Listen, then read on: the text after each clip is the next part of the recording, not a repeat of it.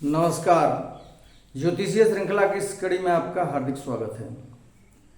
ज्योतिष के द्वारा जातक की आयु का निर्धारण,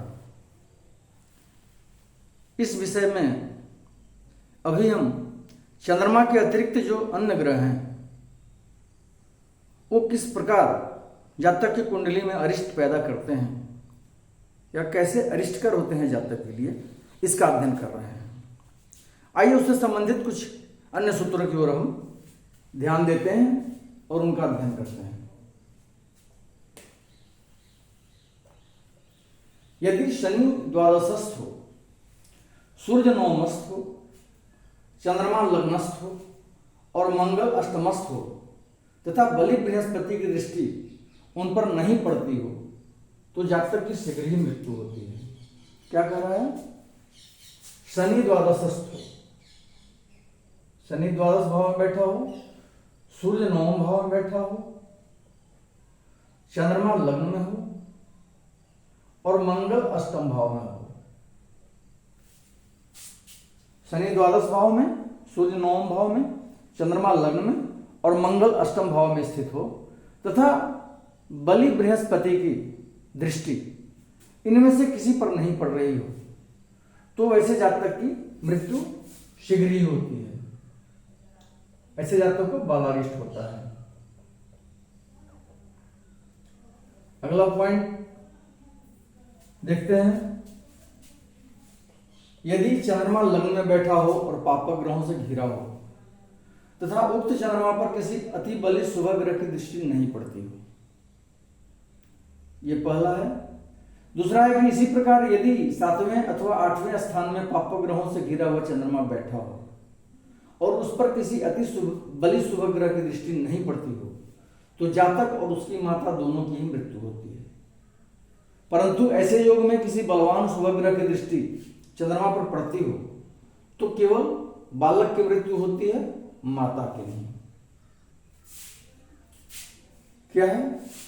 चंद्रमा लग्न में बैठा हो और पापक ग्रहों से घिरा हो, अर्थात लग्न से दोनों ओर द्वितीय भाव में और द्वादश भाव में पापक ग्रह बैठे हों।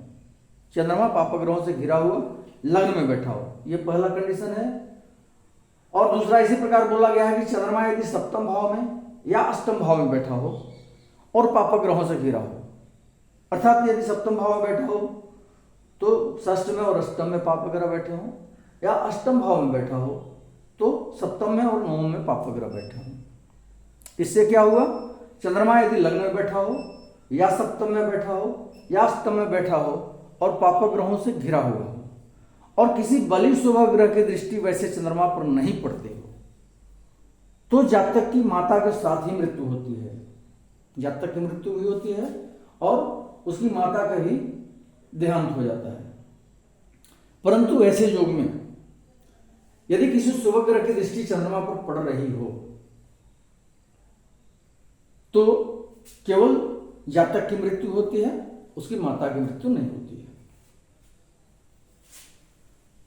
अगला बिंदु है, यदि चंद्रमा और लग्न पर शुभ ग्रह की दृष्टि नहीं हो और लग्न तथा चंद्रमा दोनों पापक ग्रहों से घिरा हो तो गर्भवती स्त्री बालक सहित मृत्यु को प्राप्त होती है, अर्थात प्रसव के बाद ही बालक सहित माता की मृत्यु होती है। चंद्रमा और लग्न, चंद्रमा जहां भी बैठा हो और लग्न, ये दोनों पापक ग्रहों से घिरे हो। चंद्रमा और लग्न पर शुभ ग्रह की दृष्टि नहीं, चंद्रमा और लग्न पर शुभ ग्रह की दृष्टि नहीं हो और चंद्रमा और लग्न दोनों पापक ग्रहों से घिरे हो, लग्न भी पापक ग्रहों से घिरा हुआ हो और चंद्रमा ही पापक ग्रहों से घिरा हुआ हो तो गर्भवती स्त्री बालक सहित मृत्यु को प्राप्त होती है। अर्थात जैसे ही गर्भवती स्त्री का प्रसव होता है तो बालक और माता दोनों की मृत्यु हो जाती है। यदि चंद्रमा शनि और राहु के साथ किसी स्थान में बैठा हो और मंगल अष्टमस्थ हो तो बालक और उसकी माता दोनों की मृत्यु होती है। इस योग में यदि लग्न में सूर्य बैठा हो तो मृत्यु का कारण चीर फाड़ होता है। क्या कहा जा रहा है? चंद्रमा शनि और राहु के साथ कहीं पर भी बैठा हो कुंडली में और मंगल अष्टम भाव में स्थित हो। चंद्रमा शनि और राहु के साथ कहीं भी बैठा हो, मंगल अष्टम भाव में बैठा हो, तो बालक और उसकी माता दोनों की मृत्यु होती है। और इस योग में यदि लग्न में सूर्य बैठा हो, लग्न में सूर्य बैठा हो, चंद्रमा शनि राहु के साथ कहीं भी बैठा हो, मंगल अष्टम भाव में बैठा हो, तो वैसी स्थिति में मृत्यु का कारण क्या होता है? चीरफाड़ अर्थात ऑपरेशन होता है। ऑपरेशन के कारण बालक और उसकी माता दोनों की मृत्यु हो जाती है। अगला पॉइंट है कि यदि चंद्रमा शनि के साथ हो और सूर्य द्वादशस्थ तथा मंगल चतुर्थस्थ हो तो माता सहित बालक की मृत्यु होती है। चंद्रमा शनि के साथ कहीं भी बैठा हुआ हो और सूर्य द्वादश भाव में तथा मंगल चतुर्थ भाव में हो, क्या कह रहा है?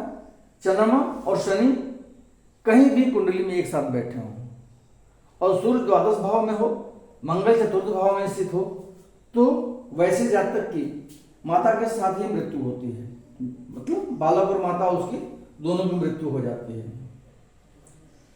अगला पॉइंट है, यदि ग्रहण के समय का जन्म हो और चंद्रमा के साथ शनि लग्न में बैठा हो और मंगल अष्टम स्थान में हो तो जातक और उसकी माता की मृत्यु शस्त्र के द्वारा होती है। ग्रहण के समय का जन्म हो अर्थात सूर्य ग्रहण या चंद्र ग्रहण, किसी भी ग्रहण के समय जातक का जन्म हुआ हो और चंद्रमा के साथ शनि लग्न में बैठा हो, चंद्रमा और शनि दोनों लग्न में बैठे हों और मंगल अष्टम स्थान में हो, ग्रहण के समय का जन्म हो या सूर्य ग्रहण का समय हो या चंद्र ग्रहण का समय हो, चंद्रमा और शनि लग्न में बैठे हुए हों और मंगल अष्टम स्थान में बैठा हो तो जातक और उसकी माता दोनों की मृत्यु शस्त्र के प्रहार से होती है। शस्त्र के द्वारा दोनों मृत्यु को प्राप्त होते हैं। अगले वीडियो में हम इससे संबंधित कुछ अन्य सूत्रों की ओर ध्यान देंगे, उसका अध्ययन करेंगे। नमस्कार।